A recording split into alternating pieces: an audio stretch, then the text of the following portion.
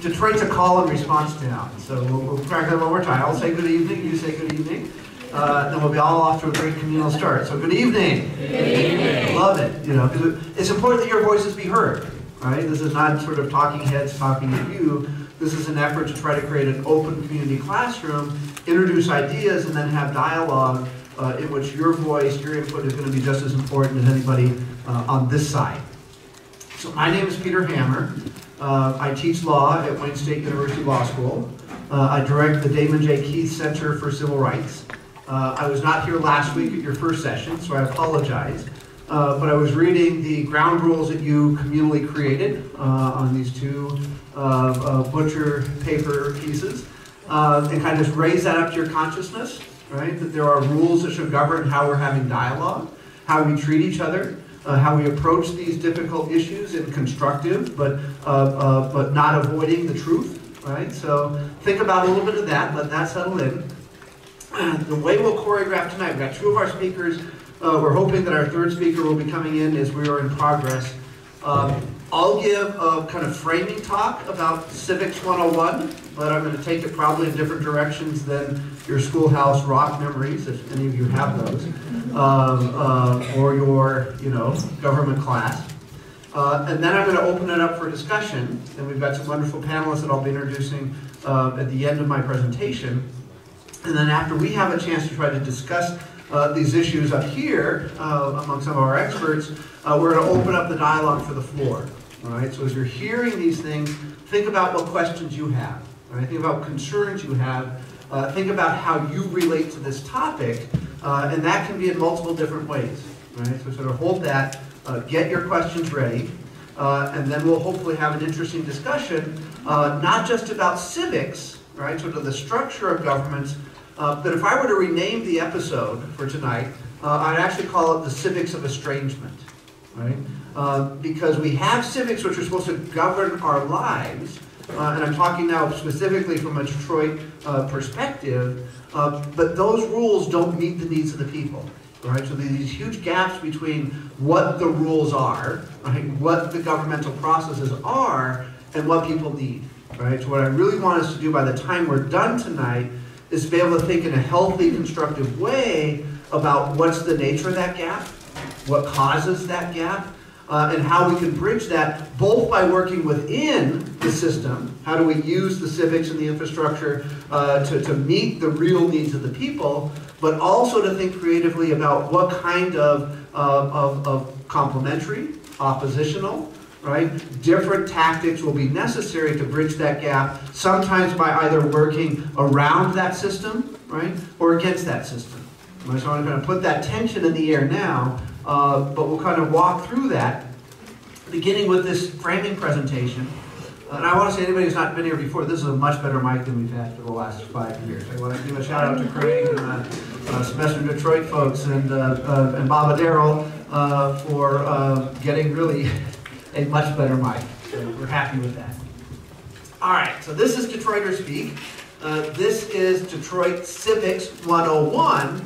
But what does that mean in the context of what we're doing in this entire program? First off, last week you were talking more about governance, right? And I would put that more in an ideal sense. What do we want from community? What do we want from governance? What are our ideals that we're trying to do about what are the rules we want to govern ourselves?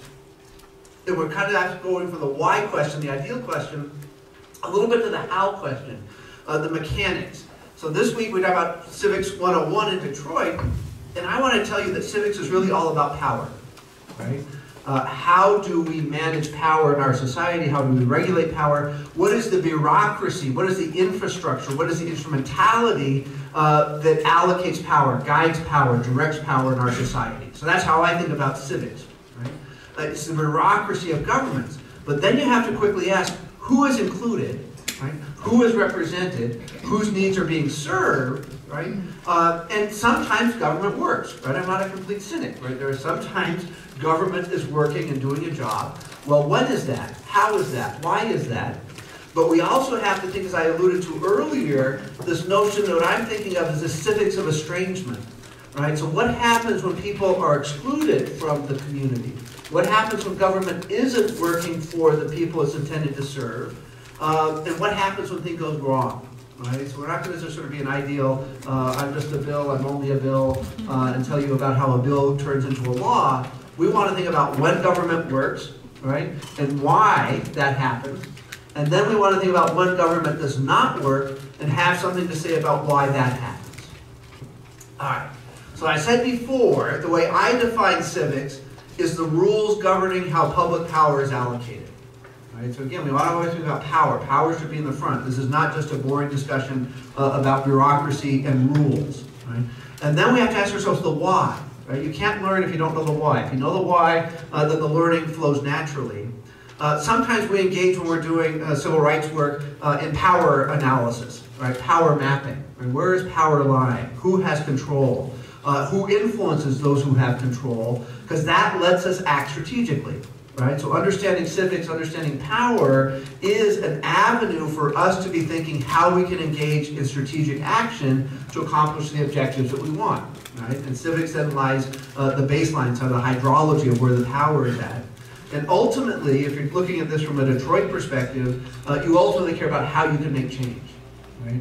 How we can accomplish change, how we can make government accountable, how we can get government to respond to the needs of the people.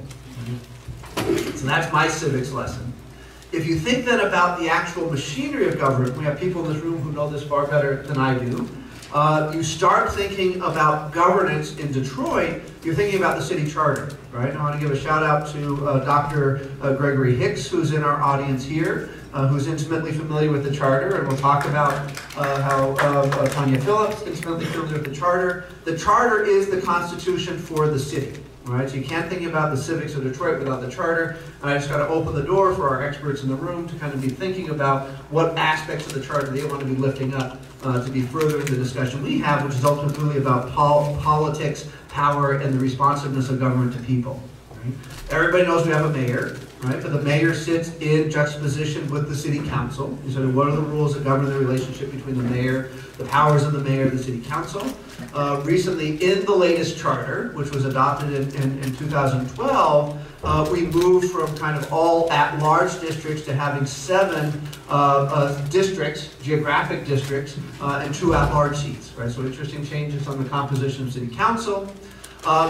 But there's also amazingly neglected aspects of democracy in the city. Right? I just want to kind of raise those up as well. One of those is the Board of Police Commissioners. Right? The Board of Police Commissioners is elected democratically. And in 1973, 1974, in that charter revision, that was outrageously radical. Right? You want to know something else? It's outrageously radical today. Right? To think that the people actually should have democratic accountability of the police function. And Detroit still is one of the most aggressive examples of democratic control over the police function. Right? And yet that has not been realized. Right? That has been squelched. That has been undermined. That has been diminished. We have these sort of neglected aspects of democracy that are real, that are vital, right, to the actual thinking about how Detroit should be functioning, how Detroit should represent its citizens, what are the needs of its citizens, and what's not happening. Right? Another amazingly radical, in a very positive sense, aspect of the last charter was these community advisory councils. Right? Was to actually say in every one of these 7 districts, we're going to have citizens who will be an advisory council to consult with, advise their local council person. Right? Which is also giving voice to actual citizens, right? Which is also creating a pipeline for future leaders that has never been realized in the city, right? And in my mind, one of the ground rules which shouldn't be on there is to say I statements, right? In my just sort of modest I statement, I think that's outrageous, right? I think that is one of the biggest missed opportunities of the last charter that has not been realized. And that is one of the things we can point to say, how do we bring democracy to Detroit, would be to actually breathe life into these advisory councils. All right. What we actually have instead of democracy, in my opinion, humble opinion, is actually the subversion of democracy, and some of that's happening in a very structural way. So if you think about normal city governance, you say I have the mayor, I have the city council, and then I have all these departments, right? So I have a problem with my road, I have a problem with my lights, I know I can go to the city council, I can go to the mayor to complain. And that's my accountability mechanism. What we have now is this increasing role of quote-unquote authorities, right, that are no longer departments of the city, that are exercising some of those traditional police powers in the more public-minded sense of the word of the police powers, that are no longer accountable, right? So the city light department is no longer a department that I complain to the mayor or the city council or my council person. It is now an authority, ruled by a different governmental entity, and has this really vague kind of notion of who holds them accountable, right? The Great Lakes Water Authority, right, is no longer an entity controlled by city council and the mayor, but rather this amorphous notion. So now if we have 100,000 households, right? So let me say that again, right, because that's hard to get your mind around. If I say we have 100,000 households that have had their water shut off in Detroit since 2014, who do you complain about, right? You go to this authority. Well, who runs the damn authority? How do you hold the authority accountable, right? It's no longer that traditional notion of complaints, right? And I see our other speaker, wonderful Shadora Ford, coming in, and we'll welcome her to the front as well. We now have a land bank authority, right? So we have this interesting question of the subversion in my mind, the I statements again, subversion of this notion of where accountability lies and this creation of authorities, right? And accountability is critical to democracy. You can't think about democracy without thinking of accountability. If you don't have accountability mechanisms, you don't have democracy. And I love the young folks. And just a round of applause for the young folks coming in. Right? And what do we know about Shadora? Shadora is mentoring young folks. Right? She's talking about where's the future of the city. I had to pin one of my students who do not have a mother. She's in foster care. So I had to pin my baby. One of my mentoring girls. I love it. So welcome. Have a seat, relax. But a round of applause for all the young folk coming in. This is the future of Detroit. It's really trying to recognize and lift up the work of it is to mentor young folks and to create the future leaders of our city. So I really, really respect and honor that. All right, so what happens when democracy actually starts getting real? Right? I'm going to go to the next slide, then I'll come back. Break glass in case of emergency. Right? So if you really have democracy getting real in the city, well, the answer for the state, right, is not to applaud. We've got great democracy. The answer for the state is I'm going to impose an emergency manager. Right? So the safety valve of when you get democracy in Michigan, at least, whether you're in Detroit or Flint or Pontiac or Benton Harbor, is not to celebrate democracy, but to remove democracy. Right? We have to sort of really recognize, and again, who benefits from the rules, right? We have a society that's not a rule of law. We have a society that says if the rules are not benefiting the people in power, then I break the rules, right? And that's not the democracy that I learned growing up. So we got to think about subversion of democracy, this rise of authorities, this notion when real democracy gets exercised, then they subvert the rules and we have an emergency manager, which is a displacement of democracy. And then I move all of these city financial decisions, and financing and budget is the lifeblood of democracy and allocation of resources. I'm going to put that in a federal bankruptcy court. Right? So this question about democracy in Detroit, there is far less democracy in Detroit, right, than any other part of this country. And we gotta say, well, why is that? Right? And it's a why question. I'm going to leave those in the air. We don't have to sort of answer them right now, but we come back to those. Right? So just remember, in case of fire, break glass, right, and impose emergency management. All right. Shifting now. So take a deep breath. That was a lot. Right? Deep breath. I don't hear it. All right, I hear it now. Right. Breathing is essential to learning, right? So especially when I got knee tight, getting rolling too fast, right? So then breathe. That's good. So how do we know things, right? It's a little bit of epistemology. You have to remember Greek words. Right? But how do we know things? Especially how do we know things about complicated social, economic, political issues? And I'm going to introduce a new approach that's not new. I'm going to introduce maybe new to you. Right? They're sort of old notions, but I want to make them new to us, make them real to us. And this notion of situated awareness. Right? And a lot of this comes from Frantz Fanon, right? A French African-American, French Martinican African diaspora. And this notion, if I want to sort of Google it, you think about phenomenology. I'm defining life through my life experience. How do I know things? I don't know anything that is not grounded by my life experience, right? And then I have to honor that life experience, and Fanon talked about the 0 point of your experience. You don't know anything beyond your life experience. You don't know anything beyond the 0 point of your experience, right? Now, if you think about America, right, and you think about structural racism, and think about notions of white supremacy, white people don't see white supremacy, right? They either deny it, or they ignore it, right? The 0 point of their experience is, I'm the fish in water, I don't see the water, right? I'm the person benefiting from these notions of white supremacy and white power structures. I have a hard time seeing it, right? Some of that's conscious, some of that's unconscious. You talk to people of color, right?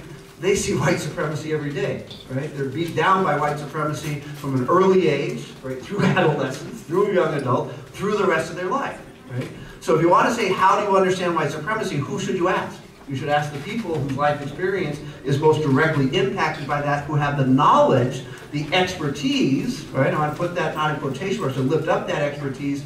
That's where you learn about things, because that's where the life experience is, right? So, if I have a complicated sort of social political issue, at a minimum, I need to have an outrageously diverse number of voices expressing their life experiences if I'm going to understand the nature of that problem, right? So I cannot understand the issue of racism in America. I can't understand the issue of structural racism in America. I can't understand this phenomenon, 500-year-old phenomenon of white supremacy in America, if I only listen to white voices.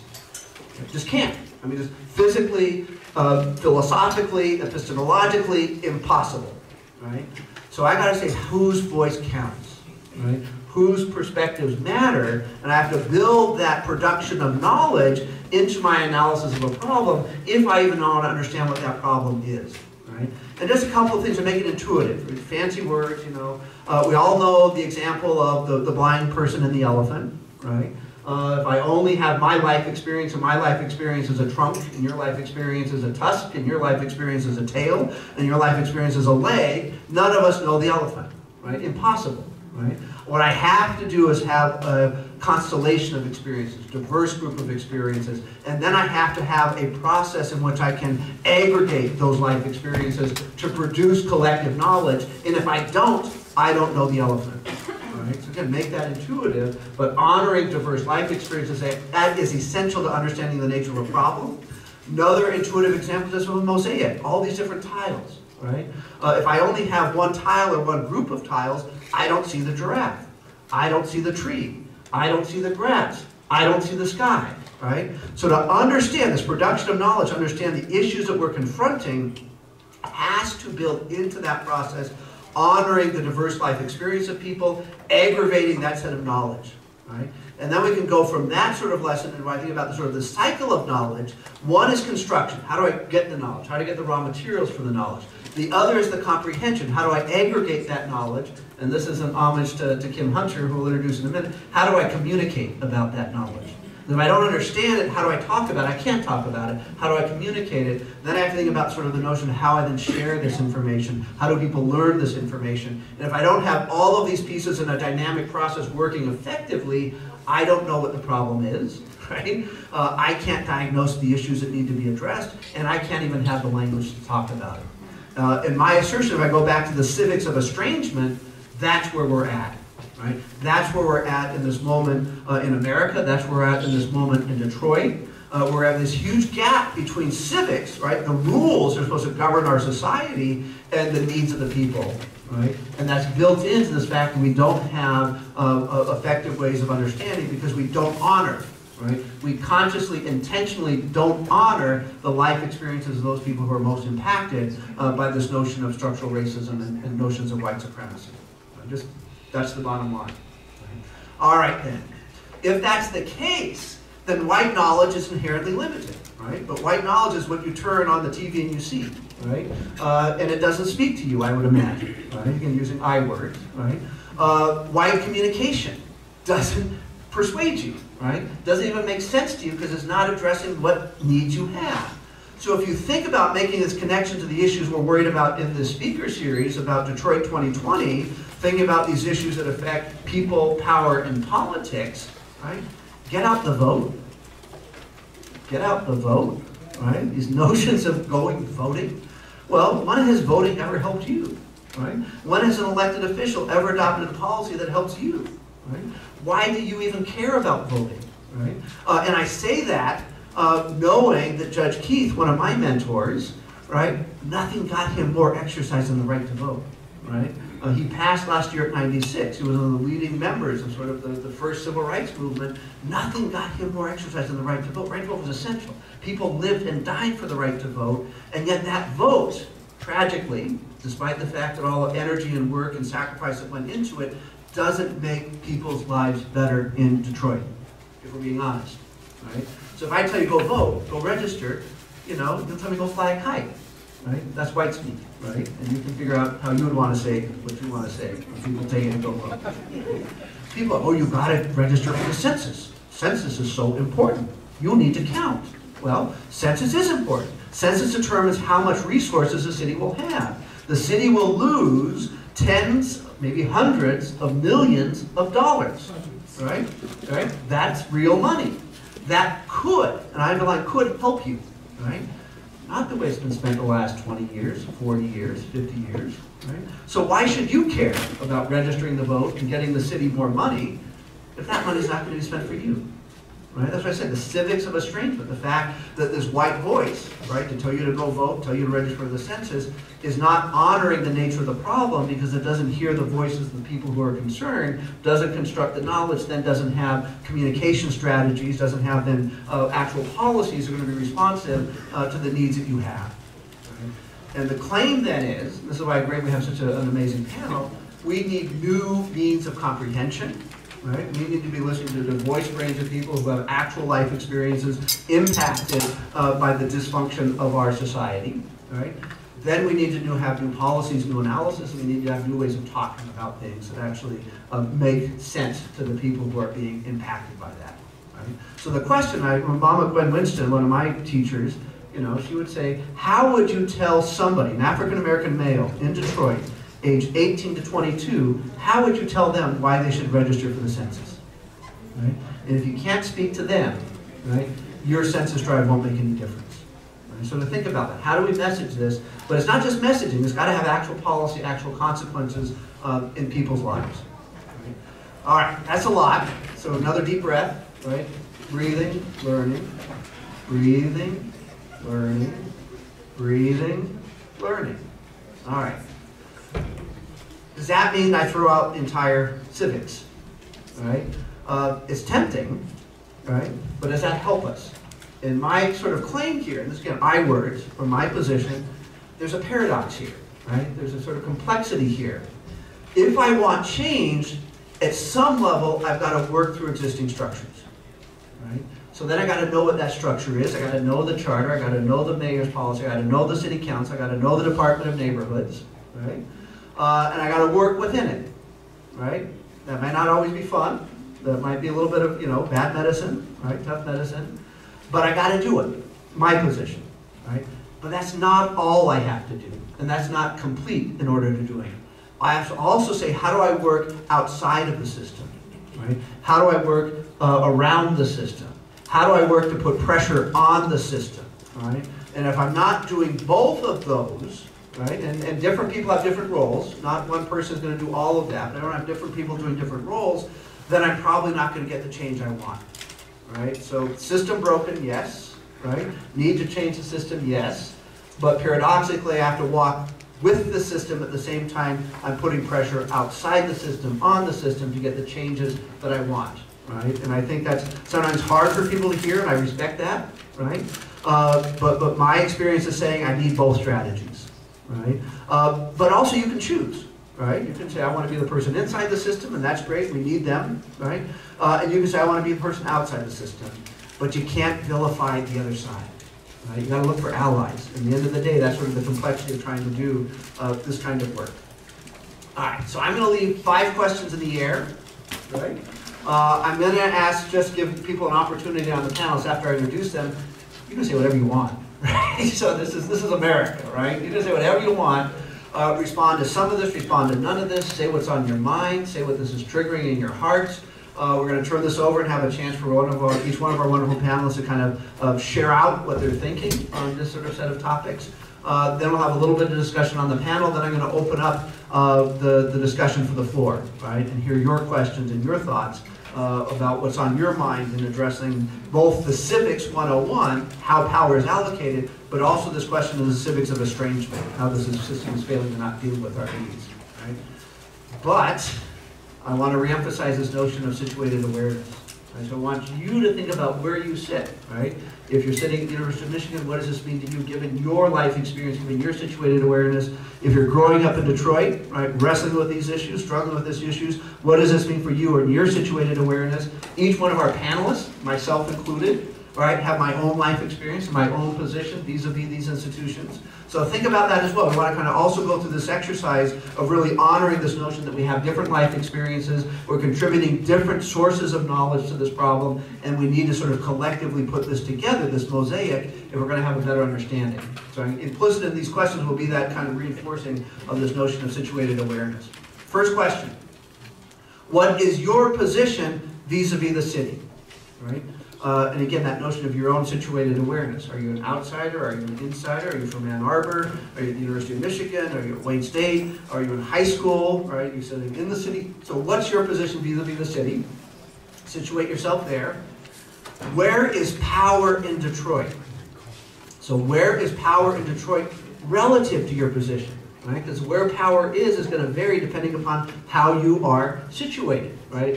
Vis-a-vis the city. Third question: what is the administrative bureaucracy of power and governance? What's the civics that really sort of implicate you most directly? Right? Because we have this whole complicated role of governance, but what's that part of power that impacts you most directly, and what's the infrastructure of that power? What's the bureaucracy of that power as it relates to you, where you are in relationship to the city? Right? What are the opportunities of people to actually participate? Right? And there are opportunities, I don't want to deny that, relative to your position. Right? So what are the opportunities to participate relative to your position? And then finally, what are the realities of citizen estrangement, right, relative to your position? What's that gap in governance? Where are the ways in which government is not being responsive to the needs that you have? So think about those questions, but again, we're going to give people freedom to respond any way you want, which is a great thing, because we got great panelists that have great insights. So let's talk about the panelists, all right? And I really am. This is an all-star group, but they're all-star because they have such interestingly different perspectives, and they're playing different roles in the city. And back to our mosaic, if we can collect all of these different roles and perspectives, we'll walk out of here tonight with a really, I think, exciting new, right, understanding of what's going on. Right, so Shadora L. Ford, right, and when I first met Shadora, she was the founder, she's still the founder and president, but that was her primary role, founder and president of Destined for Greatness Mentoring. And anybody that's worked with Shadora, raise your hand. All right, we got wonderful folks here, right, we want to honor those folks here.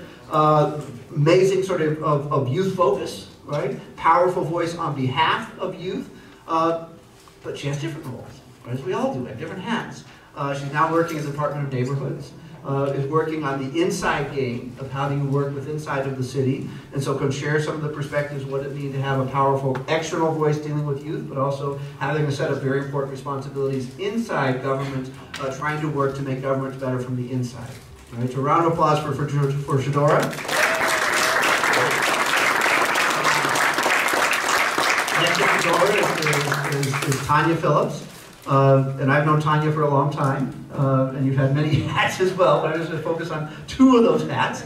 Most recent hat is a lawyer, a graduate of the University of Michigan Law School, at the Sugar Law Center. Right? I've sometimes heard her referred to as the new Rashida. So she is actually in the position that Rashida Tlaib was in before she got elected. So you think of Tanya, you think about the new Rashida, you think about sugar law, all the same thing. But Tanya was also a member of the Detroit Charter Revision Commission 2010 to 2012. Right? So you're talking about who has the expertise, who has wrestled with these issues of the Charter, who has this knowledge of civics as it relates to the structure of governments, the constitution of the city. Tanya Phillips. So a round of applause for Tanya.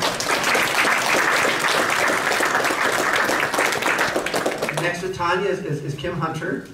and I know Kim for a long time, but I give you 3 hats, right? Engage Michigan, engage Michigan, engage Michigan, right? Because that's the role I've known you, and you've run that role so well, so long. And he'll talk a little bit about what that means in terms of the relationship to the issues we have. So I'm going to kind of walk around, keeper of the mic, all right, hope this works. And then I'm going to pass the mic to Shadora, so whatever you want to say. Hello, everyone. Wow, everybody's so beautiful. I love people. I am the founder and CEO of Destined for Greatness Mentoring, which is a 501c3 nonprofit for youth. They generally like to use narratives like at-risk, impoverished, marginalized.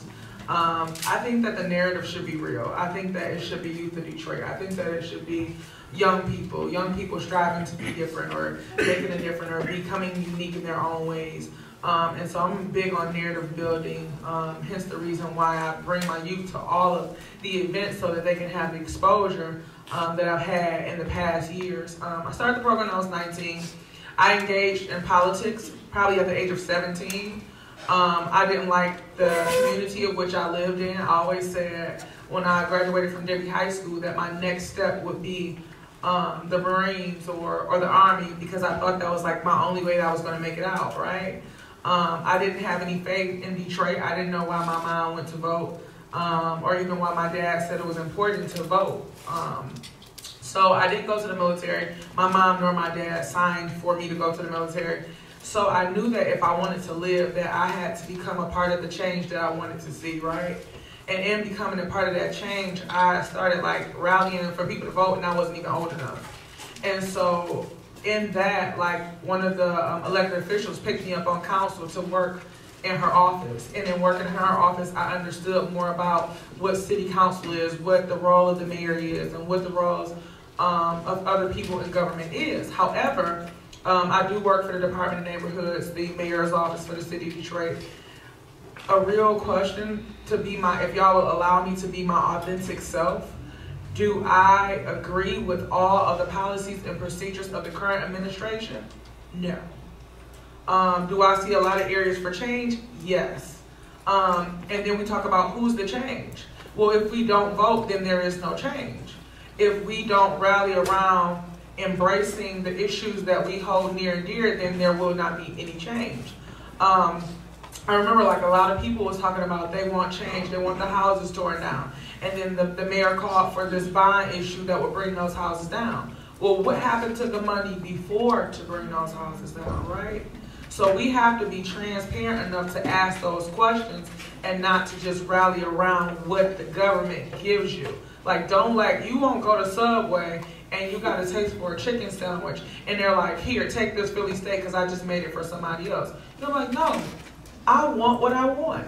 So get what you want by demanding what it is that you need for change for your people.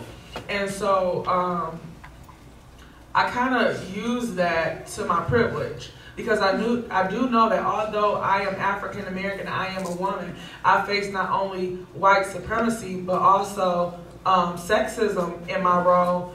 I do know that my privilege is being a part of the administration, being a part of working for the city, because I know firsthand when things are going on that benefit people. Whereas you may have to wait for a mailer to come in the mail, you may have to wait for word of mouth or for it to hit social media. And so I don't like sometimes how long we hold that. Like, I mean, I'm gonna say when I get it, I deliver it. But if I don't know any of you, I don't know your email or your text, or you don't know somebody I know, it's like the information is withheld until you get it. So another piece at that would be, once you find out something that's beneficial, tell somebody.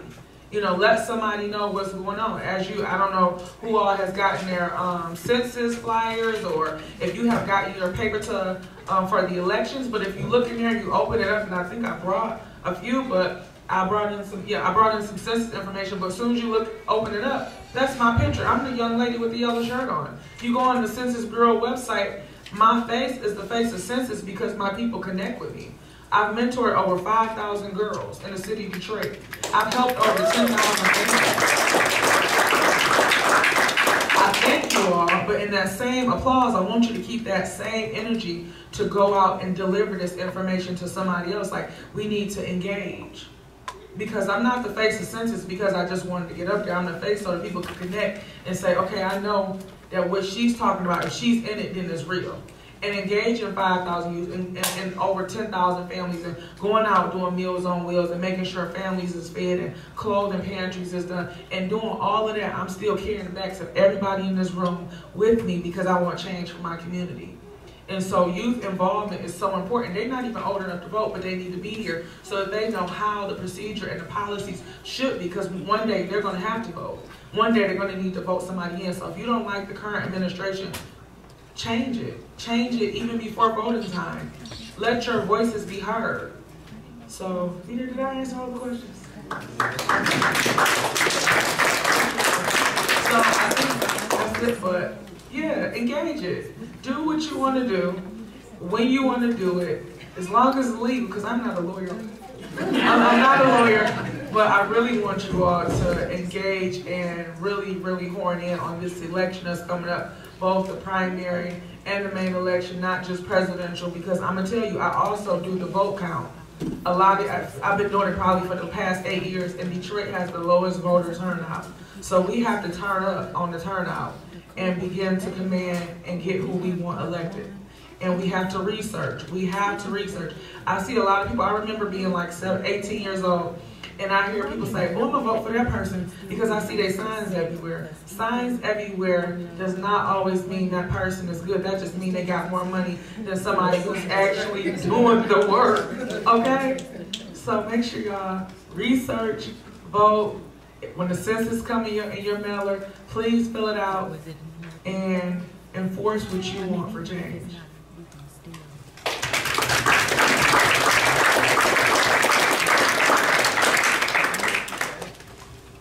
Well, hello everybody. Tanya, thank you Shadora for just all the wonderful work that you do, and I really appreciate you coming out and being here, helping you be here tonight. There's a provision of our charter preamble. I want to just go over that list of the importance of young people. When a friend of mine talked about, or put something on Facebook about how everyone is so concerned about the youth until it actually comes time to listen to what they have to say. So thank you again for all the work you do. I guess just to add a little bit more about me and my background, I was born and raised in the city of Detroit, so lifelong Detroiter. I still live here by choice because I love my community, and I want to keep doing everything I can to see quality of life improve for everyone in the city of Detroit. I've been really blessed and privileged to be able to use my law degree in public service for a number of years. Currently, I am working with the Sugar Law Center. I'm the Director of Community Partnerships and Development here. An area that I focus on a lot at Sugar Law is with community benefits agreements. How many people have heard of community benefits agreements? Okay, awesome. So basically, what that is, I'll give a quick overview and kind of dive into how I see myself situated in this space. One way I see myself situated in this space. Detroit is experiencing some, I guess you could say, an increase in certain types of economic development. It's viewed as a cool or a trendy place to be now, I suppose. When I was graduating from law school, coming out of law school, and contemplating where I wanted to start practicing, I remember my counselors told me, strongly encouraged me not to go return to the city of Detroit.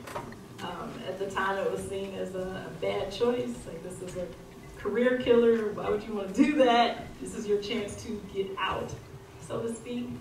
But I had my mind made up. That's part of the reason I went to law school in the first place, to use my skills and ability to prove my community. So I already had my mind made up. I was coming back to work and serve in the city of Detroit. So a lot has changed since that time. Now it's a hot spot, so to speak. So as large developers are coming in, building new houses, building hotels, building retail establishments. I mean, these are multi-million-dollar deals. Developers don't always use their own money for these developments. So we use your money. Yes, taxpayers' money. So they often come and request to take advantage of a variety of incentives. That could be getting land at a discounted price or maybe even free. That could be tax abatements where they don't have to pay taxes, on their property for a certain amount of years. There could be grants, just straight up infusions of cash, but different mechanisms whereby the public subsidizes a portion of the development. So, in that context, what's happened in Detroit and what you see in other cities as well are community residents inquiring, well, if public money is being used to support this project, where is the benefit? How does this serve me?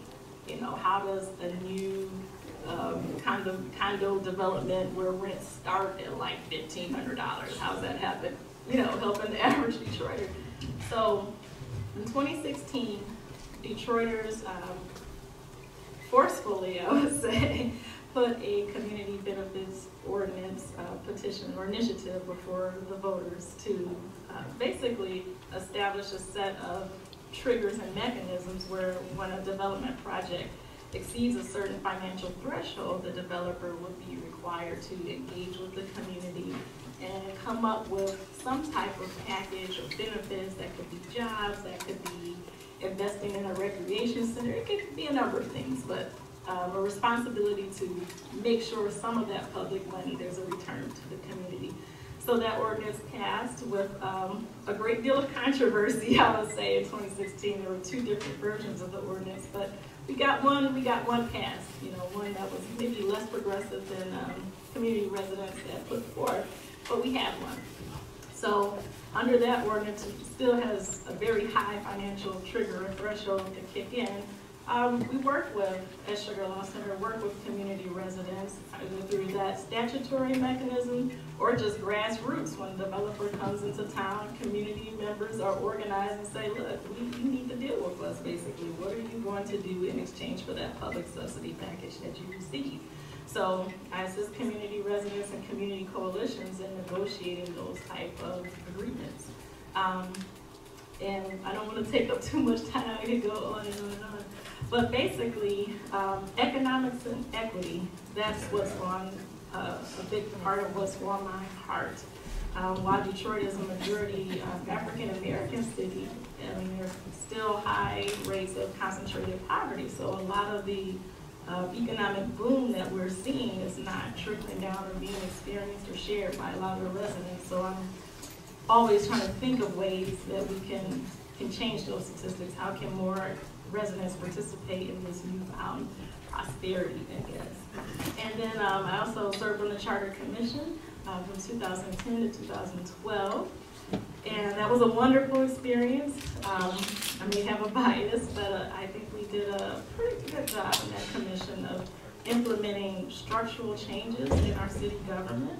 We have a strong mayor form of government, and basically what that means, I guess the Schoolhouse Rock definition, is that the mayor has heads departments, has a budget, has the staff, has the money, can go forth with a variety of initiatives that don't necessarily need approval from the city council. But our city council, nevertheless, still is our legislative branch and acts as a check and balance upon those executive powers.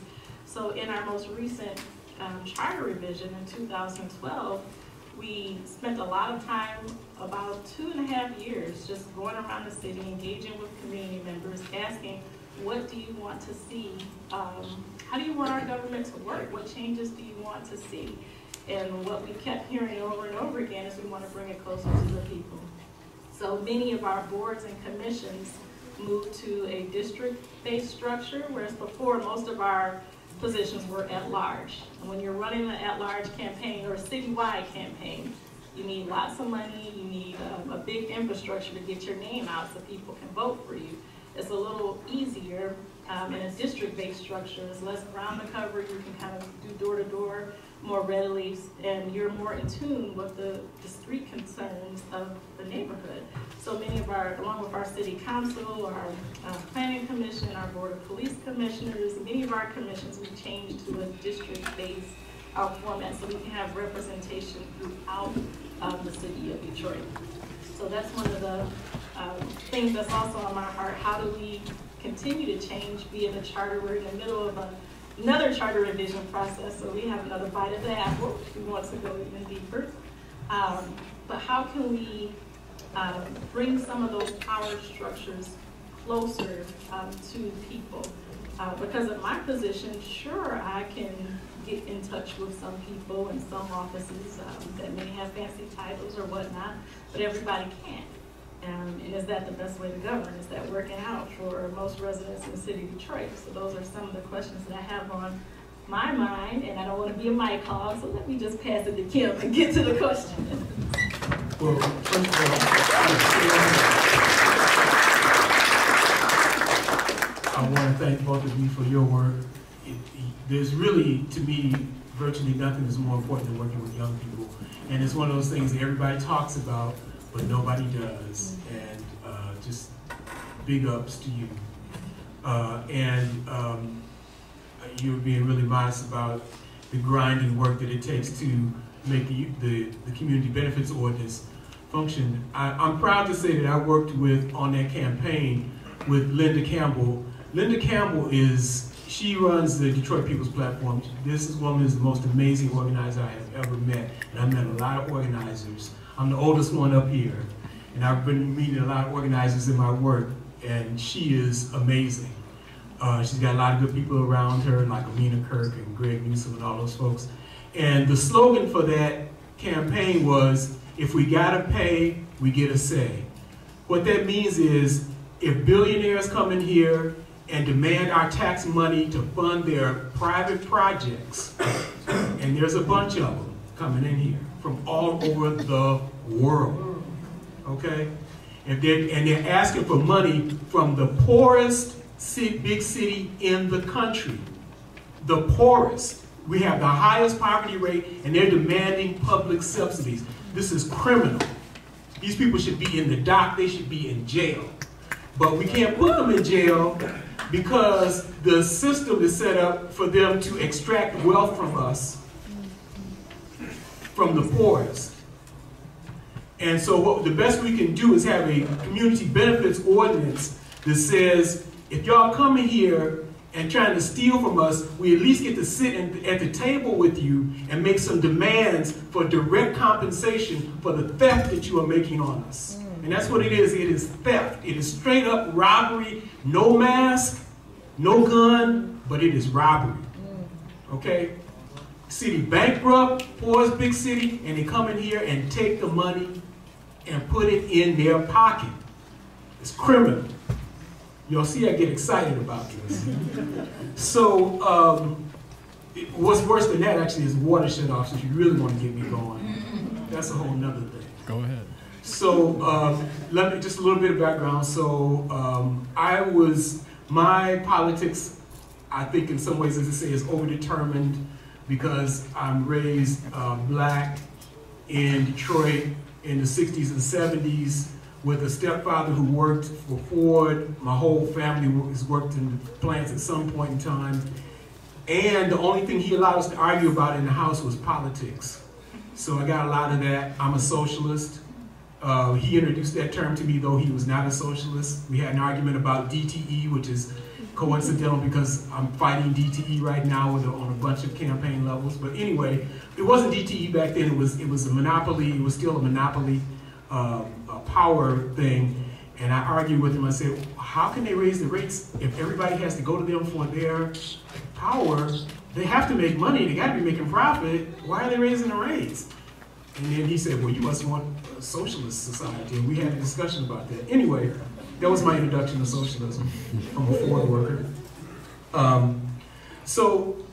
I come at this from three places. So media, economics, race is how I deal with the polity or politics. I view my relationship with the city through my relationship with the groups that I serve. I am the social justice media coordinator for Engage Michigan. And what that means is all these people that are trying to keep folks water on, trying to keep people in their houses, fighting for immigration reform, fighting for community benefits ordinance. Detroit is the only city in the country that has community benefits ordinance. The only one. And it sucks because corporations watered down the one we were going to put on and passed that. Very complicated story, very ugly story. But we're fighting now to put some teeth into that community benefits ordinance. Okay, so I work with people doing community benefits ordinance. I just came from a press conference where anti-foreclosure group is suing the city of Detroit because, well, there's lots of stuff involved, but he was one of the most obvious. So the Detroit assessment of people's property, the way that they get billed for the property taxes in their houses, has been illegally, unconstitutionally high. And you can appeal that assessment if you want to, but the notice for the appeal of the assessment was mailed after the deadline for the assessment. That's just one of the things in the lawsuit. Okay, that's the most obvious headline catching one. So I work with those folks. I work with the people who are, fighting to keep people's water on. I work with the folks who try to do immigration reform, which is actually a statewide thing. Fight a lot of climate stuff. Climate is not on a lot of, unfortunately, people of color's radar. And the irony of that is that we're being hit the first and the worst here and around the globe. When we talk about the climate crisis, you talk about the people on the east side of Detroit who were sandbagging, right? You talk about the people who don't have air conditioning, and this summer is going to be a total bear, all right? So we're getting hit the first and the worst, and of course if you look at who died in Katrina, who was hit hard with Hurricane Sandy, it was our elders who were in the tops of those high rises that could not get down to get their medicine or their food when the power went out on the East Coast. Anyway, so my view of the city is through all those people that I work with and fight with. My view of the city is with the people who are too inundated with poverty, water shutoffs, illegal foreclosure, schools that don't function, to make it out to vote. And there's only two things that elected officials respond to: voters and donors. And the only way we can move within the system is to organize voters and donors. That's grinding work. A lot of people think you can organize via media. They want to do press conferences, they want to do stuff. None of that stuff matters as much as door knocking and organizing. And before you go out and door knock and organize, you got to sit down with a bunch of friends and have a serious discussion about what the hell it is you want to accomplish and how long you're going to be in, because this is a long-term thing. This is not have a press conference and your problems are solved, or have 6 or have 20. This is a long-term fight. It took a long time for the city of Detroit to get to this place where it is right now. And a lot of those comes from the lack of generational wealth in black families. There's a long, sordid history of that. But when you have a majority black city, those problems are going to be concentrated much, much more. When we talk about getting into office or making a difference, one of the other things that has to be learned is how to run a campaign, which is not an easy thing. It's ugly, I'm sorry to make it sound like this, but it's ugly, grinding work. And I'll just say this one thing. If you want to run for office, The first thing you have to have, and this is not a media bias thing, is you have to have a story. And that story has to tell people who you are, why you're qualified, and how you're going to change their lives. And then you go to your relatives and your friends and you tell them that story and you ask them for money. And if they don't give you money, then your story ain't working.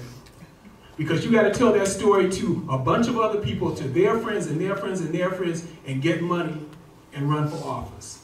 The first thing, a story. How am I going to, who am I? How am I going to change your life? Why am I qualified to do that? And if that's not powerful enough to give money, then you need to rethink running for office, because those are the things you need. And then you got to get voter files. It's a whole lot. And then you got to go door knocking, and you got to be up in people's face. And that's what it is. It's not getting on TV. It's not getting on social media. There are no internet fairies. You cannot do it on Facebook.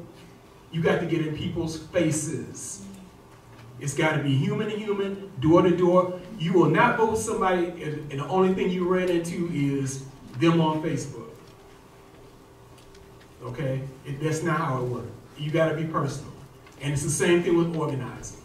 You got to get out and meet some people. Shake their hands, talk to them on the phone again and again and again and again. It's a long-term thing. That's why the youth are so important, because y'all gonna be here longer than me. All right? So please just think about that. And then lastly, media. So, and this is probably, I mean, ironically, one of the most discouraging things. So the media right now is in both an economic and an ethical free fall. And what do I mean by that? The New York Times, the Washington Post, ABC News, they are struggling to figure out what their business model is, because the internet has made it seem like everything needs to be free. And advertisers flock to free, quote unquote, free platforms. Of course, free means when you get a free service, as they said, this is a cliche, if you're getting a free service on the internet, it means that you are the product, because they're selling your identity to advertisers. That's how it works. So the legacy media is in a free fall. That's one bad part. And then there's a whole thing about, there's the right-wing media, which is fascist, right-wing, racist, homophobic, misogynist, blame support, every bad thing you can imagine. And there's no regulation of that, and people curate their own bad media now, unlike when I was growing up and there were only 3 networks, and you had to watch one of those 3 networks. That's not true anymore. And people do a very bad job of curating their media, which is sort of okay for the people in this room who are relatively sane. But there are people who voted for Donald Trump and will continue to vote for him, and they're curating media that is anti-everybody in this room.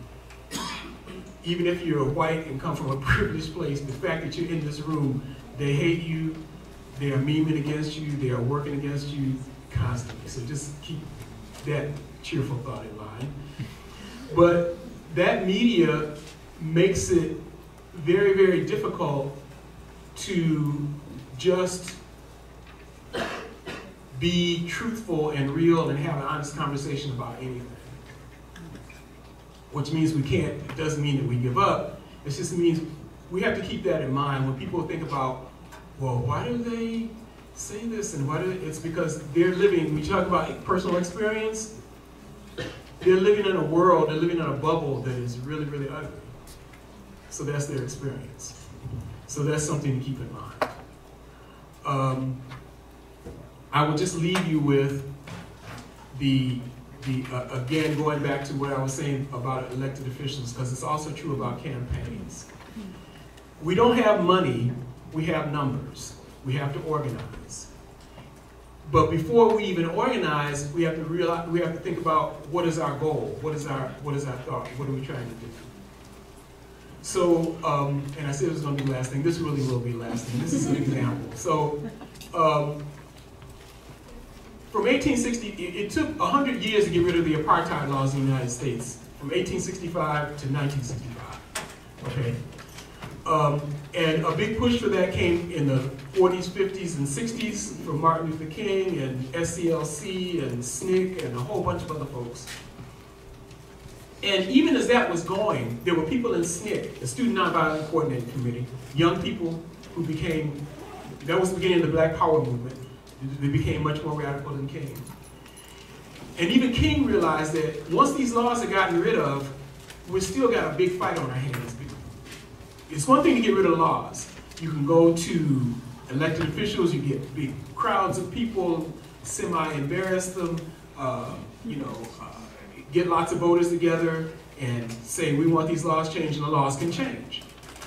But then King realized, okay, we got militarism, we got poverty, we got racism, and they were a lot more amorphous, and it was hard for even him as a great organizer, and he had all these other great organizers like Bayard Rustin. It's really hard to get their minds around these big amorphous things. So if you're going to go fight something, there'll be these big amorphous things, but try to break it down into small chunks, doable things. Have demands that are connected to people. Who want the water shut off? We got to go fight the mayor. We forget anti-water shut off and Gary Brown. We have to name them, we have to talk about them, we have to say, you guys have the power to do this, and we put the Great Lakes Authority. Make a demand, have some specific person in mind that you have to go to and try to get that demand. It has the power to give you that demand. And have a lot of people with you, and be organized and be ready for the long struggle.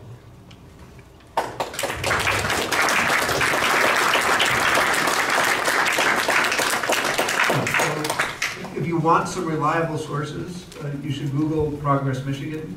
You should Google Engage Michigan. You want to see where these voices are, where we impact the media. And I say, another round of applause for Kim. You've been doing this work for so long and doing it so well. Was Linda Campbell here last week? I just want to sort of connect dots for people. So the Detroit People's Platform is one of our community partners for this entire series, as is the General Baker Institute. And next week we'll be going to the General Baker Institute, so you can kind of see where these people are and what work that they do. And the Detroit People's Platform and Linda's group will be coming back and being part of our programming. So I think that's an important just voice to hear. So Google Detroit People's Platform if you want to get sort of in my mind, a much more sort of impactful, realistic, grounded view of the issues that are affecting the city. So you gotta know where the sources to go. You gotta know who to rely upon, and those are some really amazing groups to get your information from, to really understand what's taking place. I want to make one observation, and then I'm gonna come back with a question. The observation is the charter that you produced, or were part of the team that produced, was one of the most democratic, citizen-engaged charters in the country. It really was intended, you have to do these things intentionally to bring democracy as close to the neighborhood level as it could. Right? Remember what I said before, when democracy gets real, what happens? You break the glass and you get emergency management. Right? One of the legacies of emergency management was to take the Detroit Police Commission, right, which gave citizen oversight above, right, the most important function that a society can do, right, which is the power to arrest, right, the power to use violence against our own citizens, and the emergency manager put a big X through that, right, eliminated for a period of time the Detroit Police Commission. Right? In my opinion, using I words, I believe that the charter revision that's underway is an attempt to eliminate as many of these democratic-oriented, community-oriented, neighborhood-oriented provisions of the charter as they can get away with. Right? So democracy is at stake in Detroit, right? And it's been at stake for a long time. So these things matter. Your voice matters, right? You can make an impact, and the fight really is on. So that's sort of my observation just in terms of the state of democracy. I want to sort of raise up another elder, Mama Gwen Winston, right? And I'm going to ask you to respond to the question that she asked me about 2 weeks ago. And this is her work now, right? She's working to answer this question. I want to sort of get people's reactions to this. How would you tell somebody, right, African-American male, I want to sort of gender this, and I want to sort of say sometimes we gender things intentionally. And we ought to recognize when we do that, right, and know why we do it, when we're doing it, and who we're excluding when we do that. But if you were to think of a Detroit African-American male, 18 to 22, right, and you had to tell them why you should sign up for the census, right, what message would you direct to them particularly to try to respond to their needs, right? And since you are census representative, we'll start with Shadora. But I just think about it, and you can challenge the question, right? You can raise the issues of why that's a hard question. You can say why what are the challenges. I don't want to put you in a box and say you have to answer that question. I want to raise that up as a real question, and I want to have you just sort of comment on what you think about that question.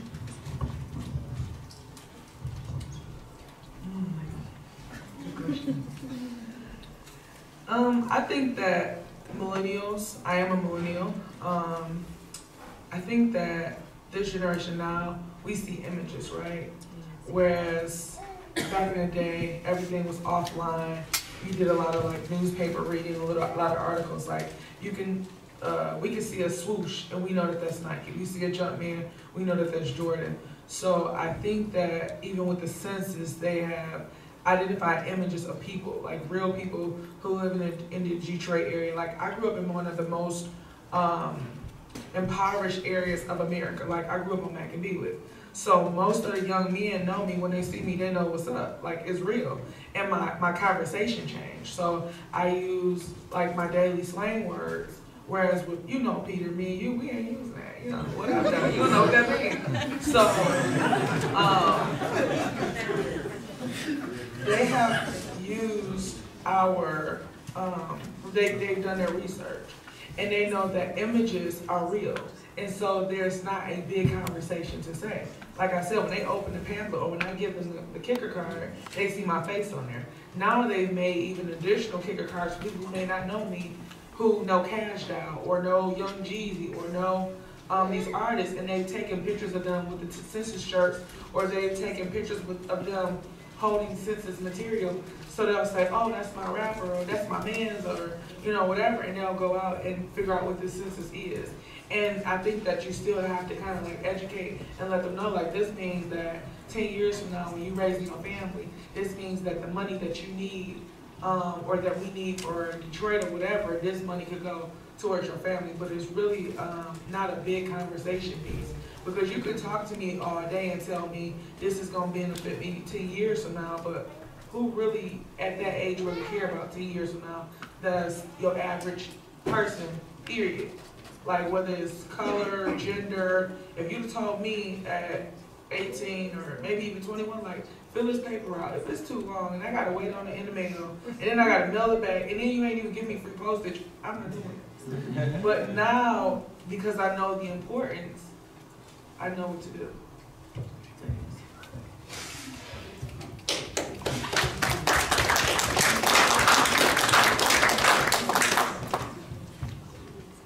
I guess I would just take a slightly different take on it. First, I would acknowledge the truth in the sentiment. I mean, the census is not for you. It's just not. I mean, that's the truth. And just to kind of jump back into charter world for a minute, we had a lot of discussion in our commission about the city of Detroit as a corporate body, as a corporate entity, versus the city of Detroit, the people, the residents, and the push and pull between policies that were designed for the corporate body versus the good and welfare of the citizens. So yeah, a lot of tension there. You know, I think we landed in a good place, like Peter said, but I mean, we had a lot of those conversations. And the way I see the census conversation presented a lot of times, not to take anything away from what you're saying, because I think that's a good way to go about it. You know, in some other circles, I hear the census presented from more of the body corporate, like you need to do this for the city because, you know, it affects our budget and we want the money to hire our people and do blah, blah, blah.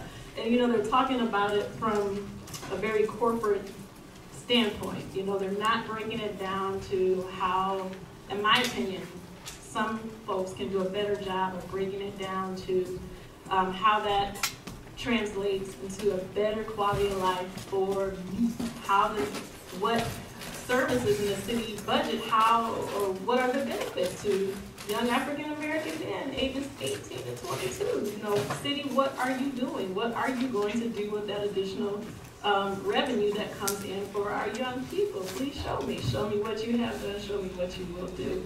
And I think there would be, you know, that's a fair question, and it's not enough is the answer. So I would first start by acknowledging that truth. And with that, you know, I would just encourage young people to not look at it from the standpoint of, you know, what is the city doing for me? But look at it like, what can I take for myself, for my community, and for my people? Freedom is not free. It never has been, and it never will be.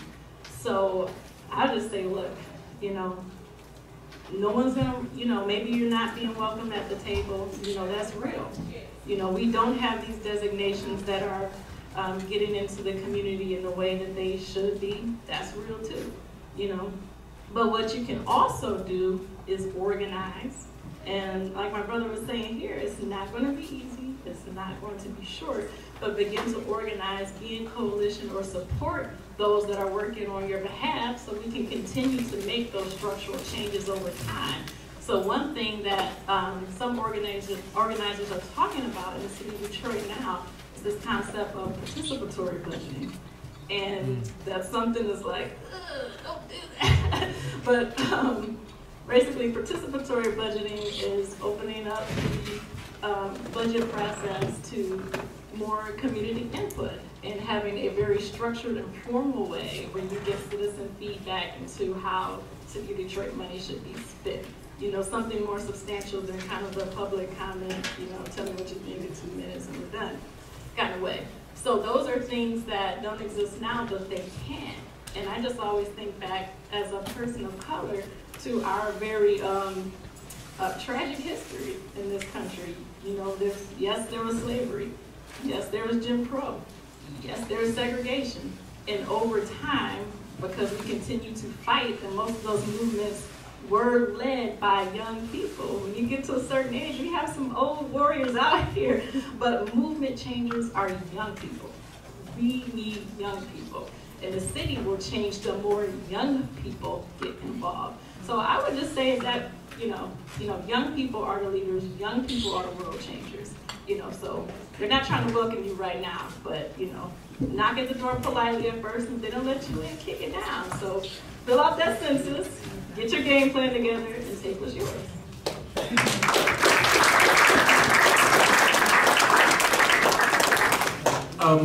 So I worked for the census. I was the media team leader for the census for the Detroit region, which was a 3-state region twice. That was in 2000 and 2010. And so I'm pretty ensconced in the whole idea of the census. Having said that, I think the first thing I would do actually was, I mean, in line with what both of y'all are saying, but I think I would actually ask the young person what is on their minds, where they're coming from, what's going on, and then try to judge from there. To tell you the truth, the first thing I'd do if I had to do that task was I would go talk to my daughter, number one, and ask her, you know, because she's 22, so like she's much more in touch with what's going on. So that would be the first thing would be to ask. But the first time I did media for the census, we boiled it, the appeal of the census down to 2 words: money and power. Money that comes to the community and political power. Political power is more of an abstraction for a lot of people, young, old, or whatever. If they're attracted to political power, chances are they're going to fill out the census because they vote and all that other stuff. So you have to talk about the benefits to the community. And what we found is that what people respond to are younger people. So people my age respond to people of my daughter's generation. People of my daughter's generation respond to benefits for younger kids, grade school kids.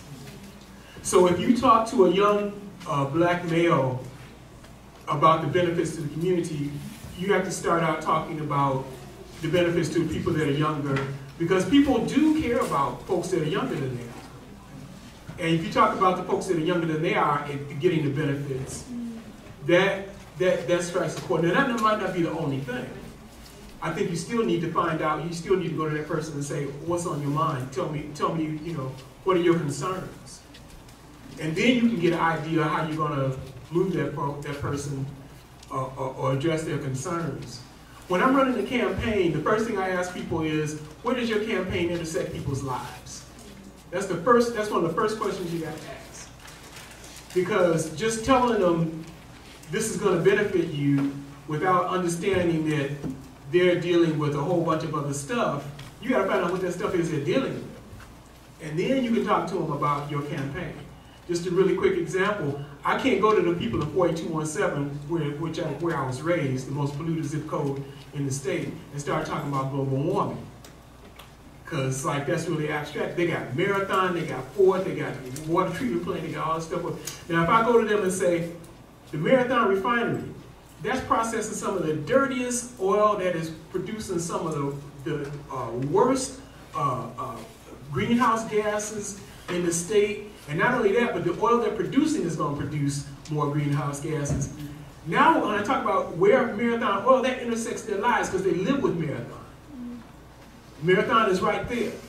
Now I can use that as something to talk about global warming. But if I just go there and start talking about the climate crisis, that's an abstraction. If I go to people on the east side of Detroit, I got to start talking about the floods that happen. Not just this year, it's been happening for 5 or 6 years in a row now. If I start talking about that, then because these monstrous rains. But so start out where people are, what intersects their lives, and then you can move on from there.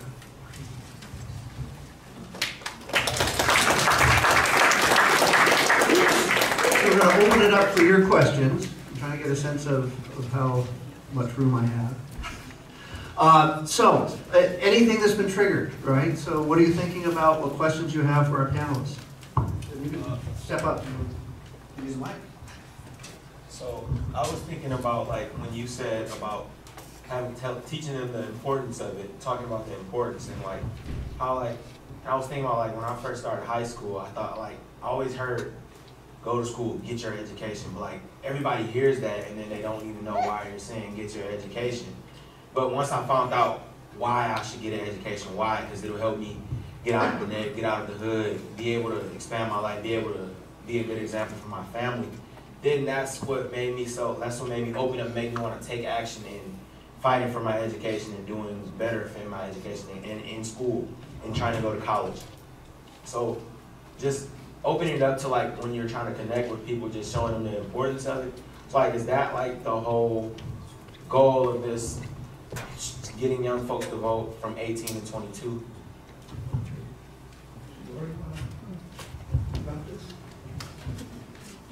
Thank you for the question. Thank you, my fellow DIMBY alumni.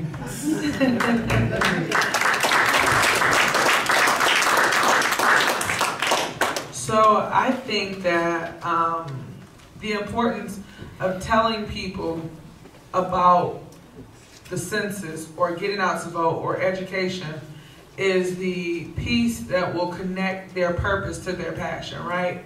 So I remember I was told go to college. So I went to Wayne State. But in developing myself, for me, that wasn't the answer. But I went because my parents pushed me. And so when I started mentoring, I was like, well, when I have my kids, when I get older, I'm not gonna push them to go to college. So now that I have a mentoring group full of girls, I'm not pushing them to go to college. I'm presenting college because in order to be an entrepreneur, you don't have to have any college experience. In order to be in skills trade, you need skills trade training and not a college education. And then a lot of people who I work with in the office in which I work, they're not even operating or using their degrees or their diplomas or whatever that success measure was that somebody else pushed them to.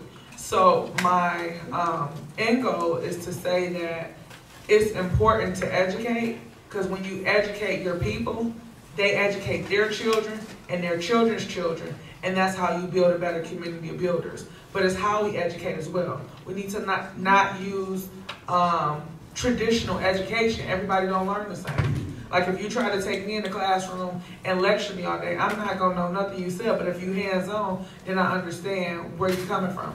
So I think it's that full piece of education and how you educate, what you educate on, meeting people where they are, not using all these big terms and words that you don't even halfway know what all of them mean, and being authentic about education and what the push or the end goal is. Did I answer the question? Yes. Okay, perfect.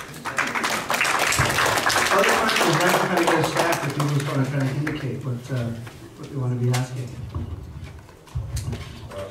So nice to see so many people tonight. Hope everybody's cool. My question is, it's no doubt that white supremacy runs pretty deep, and that's a big reason I think why a lot of African American people are not civically engaged. But it runs deep. It's infected the justice system. I mean, right on down to even how people can purchase homes and where they can purchase homes. And so, in a lot of ways, it seems like African American people, you know, especially with that generational trauma, it's hard for them to step out of their reality to even, you know, fight for these things that, you know, some of us may know we fight for, but it's hard to get them out and to say, okay, well, get out of survival mode to now fight for the future. And so just to go a little bit deeper on that, I was wondering, how do you have that conversation, or how do you even, without any results, kind of get people to step out of that, you know, that place where they're either escaping or just trying to get by, to take that extra step to get civically engaged and make change that they might not even see? That's a great question.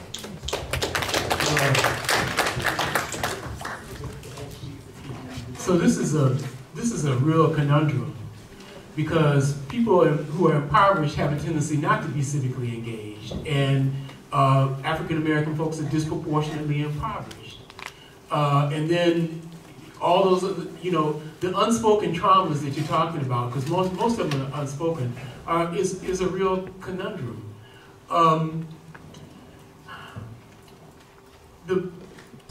There are always exceptions. I'm thinking about this woman who was dealing with the anti-foreclosure thing, who was one of the few.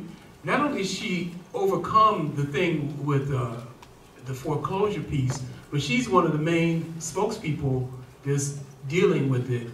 And using her example and asking her about her situation, how she came out of it, and using that sort of as a chain link. The other thing that I really believe in historical examples a lot. We've overcome a hell of a lot, and making those, and we don't, I mean, I know we have Black History Month, blah, blah, blah, blah, but like really making, one of the most important things about African-centered schools is that they make those accomplishments really real for people. So educating our folks about our accomplishments, you know, from the continent to the kidnapping and what went down here, right on up through jazz and all the culture that when I say jazz, I'm talking about a whole culture, just like hip hop is a whole culture, right? So whole cultures that influence the world from here, from our folks, those accomplishments, our literary accomplishments, and then you know, the accomplishments of survival in this country. Making those things real to folks is a way, and that's a lot, but that's one of the ways. But within those are those individual examples, like oh God, who's the woman that the Mississippi Freedom Party, Fannie Lou Hamer. So examples like that. So Fannie Lou Hamer was a sharecropper, right? People want to talk about Berry Gordy and blah, blah, blah. And Berry Gordy is a really smart, great guy. But Fannie Lou Hamer was a Black woman sharecropper who all things should have determined her just living her life, a short, brutal, ugly life. And she ended up on television challenging a major party about its racism to its face on TV. That's amazing. That's amazing. You know, and so like examples like that, examples like, you know, Stokely Carmichael, who became Kwame Ture. I mean, those individuals, and getting into the details of how they made it through. And there are exceptions to the rule. And let's always make it clear there are exceptions to the rule. Let's not romanticize it. But there are paths out. And the people around them, because they didn't come out by themselves, they came out with a group. It always had, you always have a group. You could not, that Lone Ranger entrepreneur, I don't mean to kick down entrepreneurs, but the Lone Ranger thing, that's a fallacy. The bootstrap thing is a fallacy. It takes a group. White people got rich by pooling their resources and raping the land en masse. You know, go west, young man meant all of y'all get together and go rape the rest of this country. Right? It was always a group thing. This lone person on the frontier, that's just a lie. People died by themselves on the frontier. All the people that wanted, and it's really important to have this is going on another tangent. Preserve your public spaces. Keep your commons. Keep your commons. Do not let these people privatize stuff. They want to put it on their own hands, and that's taking away your power. We need the commons. We need groups. We need whole masses of our folks together. Getting together, being in masses, studying our history.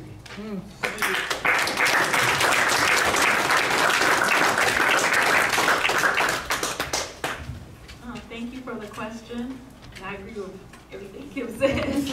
I guess adding on to that, I mean, it's not easy. It's certainly not easy.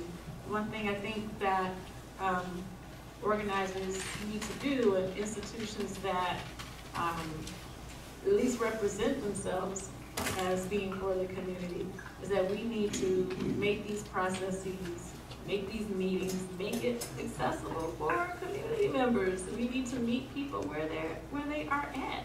So, say for example, one project that I'm working on is, you know, a lot of quote unquote professional folks, you know, in this group.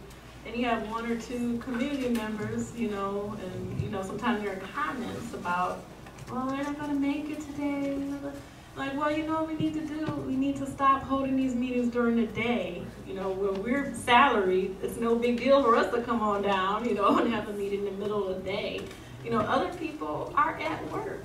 You know, we need to look at different ways to accommodate, not just ask for the ones that are struggling the most to keep making sacrifice after sacrifice.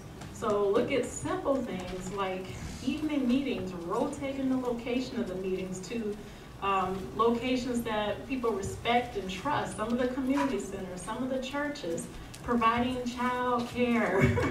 I have a 12-year-old son at home, and I'm privileged to have, I would say, a good support team. It is hard.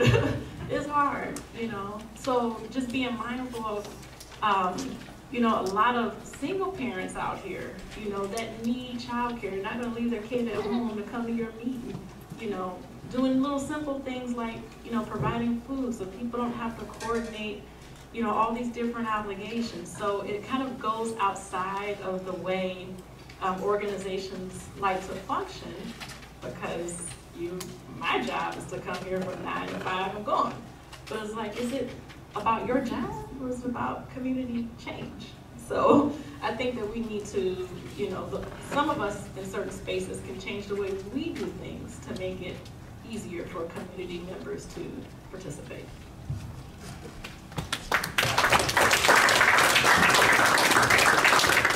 So I would say a lot of the times they have, even like the charter, and you're not on there right now, so I could talk about them, right? But even like with the, well, even if it was, sis, I'll still talk about it. Like the charter commission, I went to a meeting, there were 3 people from the neighborhood there. The rest of the panel was the charter commission. Why is a meeting going on in the basement of Samaritan with 3 community members, and here it is, I work for the city, and I'm a taxpayer that live in the city, and I didn't know about this meeting. So hidden agendas is set up for us to miss our moment. It's set up for us to miss our opportunity, right?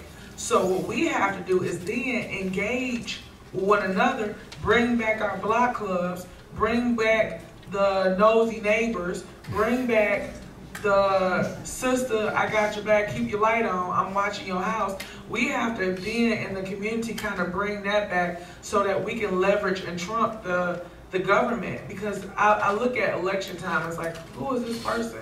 A lot of times people will run in your district and you've never seen this person before. They literally probably bought a house a month ago just so that they could say they live in that district, right? We gotta hold them accountable. We not voting for you.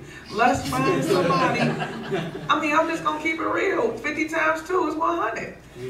Let's keep it in our neighborhood. Let's go and find people in a mile radius who you know been doing the work. Them grassroots organizers been doing the work, been there without no paycheck, without no media there. They've been feeding families, they've been keeping the neighborhood, they've been sweeping, they've been making sure things run, and then you get this person that just come out of nowhere. So I think that I'm gonna throw the accountability back in our ballpark and say that as much as I would like to bash government right now for not doing their part, we gotta do our part.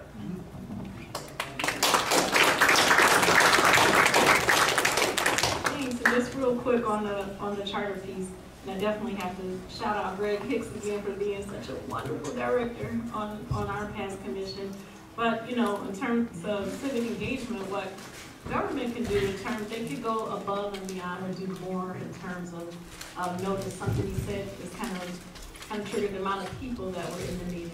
You know, sometimes, sometimes you know our laws require very minimal disclosure. You know, you make a public posting, you put it in City Hall, and that's all the law really requires you to do. But in terms of being a good public servant, you know, working with, you know, community leaders, you know, those that are respecting the community and really doing the engagement piece, because you can satisfy the statutory piece. I posted the notice, I'm good, the calendar's up, it's on the city website, I'm done. But to invest the time and the money and the effort to make sure that the word is really getting out. And that's part of, I guess, the flip side of this discussion is sometimes maybe the objective is to not have everybody in the room. I'm not saying that's the case all the time. But if the objective is to get people in the room, you know, then our officials, our government leaders, you know, need to do a better job of engagement. It's not just notifications, but really engagement that takes time, that takes effort, that takes a process, and that's not giving a contract to your friend to do some flyer dump, but, you know, being in people's space, being in their world, being a part of the community. And, you know, we just need to keep pushing to see better engagement. Greg's named a couple of times, so I'm going to give you a chance to offer both reflections, sort of what you're thinking, and any question that you have. But Dr. Gregory Hicks. I just really wanted to, there were a number of things to respond to, but there's three central things that I wanted to respond to. One of them, when we go back to the charter experience, you have to put things in context. The 2012 charter was written really in response to a very corrupt period in the city of Detroit, and that was the residue of Mayor Kwame Kilpatrick. And so a lot of what you see in that charter also is a response to that. Now, one of the things you should bear in mind when Kwame came into office, Kwame had this saying, and Kwame's thing was, I'm not hiring anybody who's over, who is over 30 years old, okay? And there was a certain atmosphere in the administration and so forth that I think led ultimately to some of the problems that they had. I say that to simply say that I call for multi-generational engagement. I don't put all of this stuff on the backs of young people. Old people have some responsibility, middle-aged people have some responsibility. Each one of them will contribute different things at different levels. I think when Kim was indicating that you're young, your energy was one of the elements that you bring there. Well, I can't run the mile that I used to run, but I do have experience in which I can share with you, and those experiences can stop you from, if you listen, stop you from going through the same kind of thing, because there's some ways in which history is fairly circular, you know. So I want to bear that in mind. I'm one of those persons who will stand up in the middle of the crowd and call for multi-generational engagements, not just you young people. It's all of us in this fight, okay? Secondly, I want to indicate that there are some times where it just makes a difference of who the people are. Clearly it made a difference when we were writing that charter of the people who were members of that charter commission. They had some very interesting debates amongst themselves and so forth, and they came out with some very central notions that we need to somehow figure out a way to write about and remind people of some of that dialogue that took place. Tanya mentioned one of them, for example, is this was a discussion that they had on who, when you structure the city, who is the client? That was one of the central discussions we had.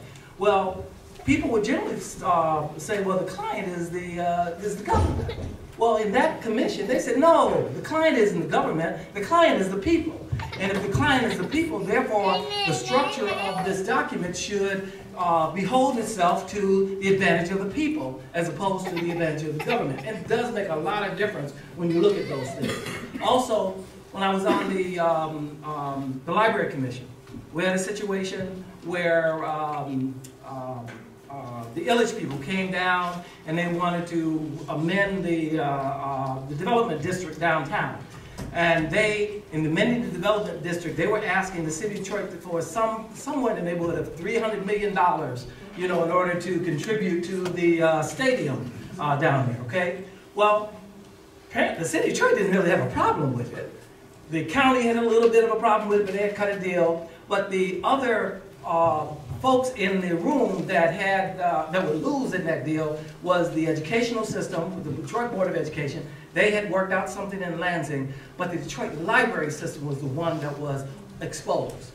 And sitting on that board, the Library Commission, we fought against the Illich Amendment, and we got an exception so that the dollars that are generated out of the system that would go and that would plow it back into this development district that would not go to the benefit of people in the city was not taken from the libraries. That would have meant on an annual basis $3 to $4 million a year taken out of the libraries. And back then the discussion with these libraries was real simple. And that was, we were closing libraries. So how will you close libraries and get these mugs this money? It just didn't make sense. So sometimes it does make a difference on who is sitting at the table.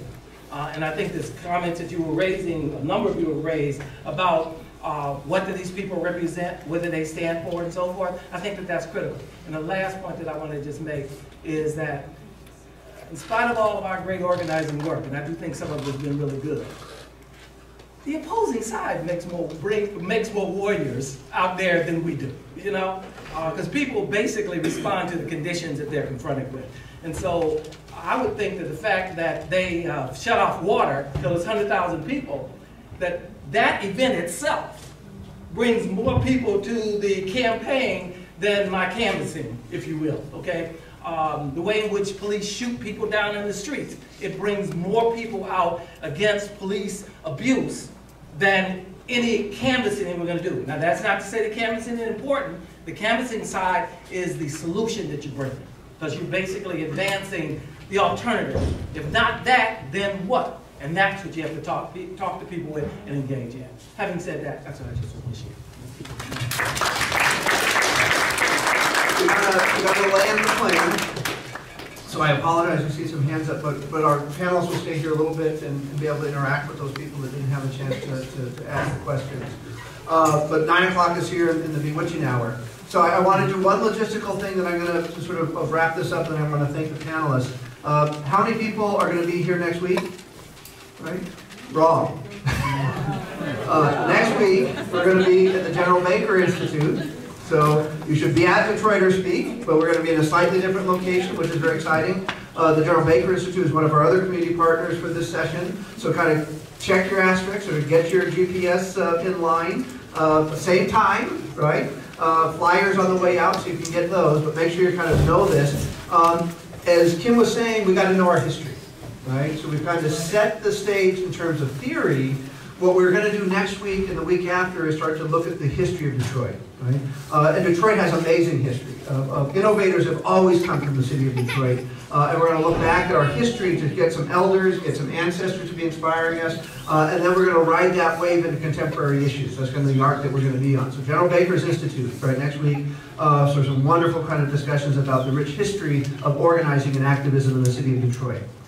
The last thing I'm going to say in terms of substance, right, is again to return to this question of civics and power.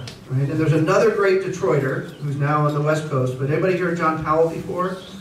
Right? Google it, right? So again, you want to see about leaders coming from Detroit, innovators from Detroit. John would often say, in any issue you care about, right, you got to triangulate, you got to sort of figure out where you're at in relation to that issue. He said, who benefits, right? Who's burdened, and who decides, right? And if you remember those three questions, who benefits, right? Who's burdened, and who's deciding, you're going to have some interesting way to try to get a quick analysis of any one of these issues we've talked about. Right? So kind of remember that as a way to think critically about the social policy issues that are in front of us. So I want to give one other last big round of applause. Dora, wonderful. Tanya Fuller, wonderful. Hunter, wonderful. And I want you to all give yourselves a big round of applause for coming out and having this wonderful discussion, including the young folks. I think the young folks still in the show tonight, and I want to thank all of you for the contributions that you're making. Greg has one more thought. One quick thing, I just want to let everybody know, 15798 Livernois is where General Baker Institute is. You can grab a flyer, 15798 Livernois Avenue. It's at the Lodge in Livernois, but make sure you grab one of these on your way out so you know where to go next week. Okay. All right, thanks everybody and have a great evening.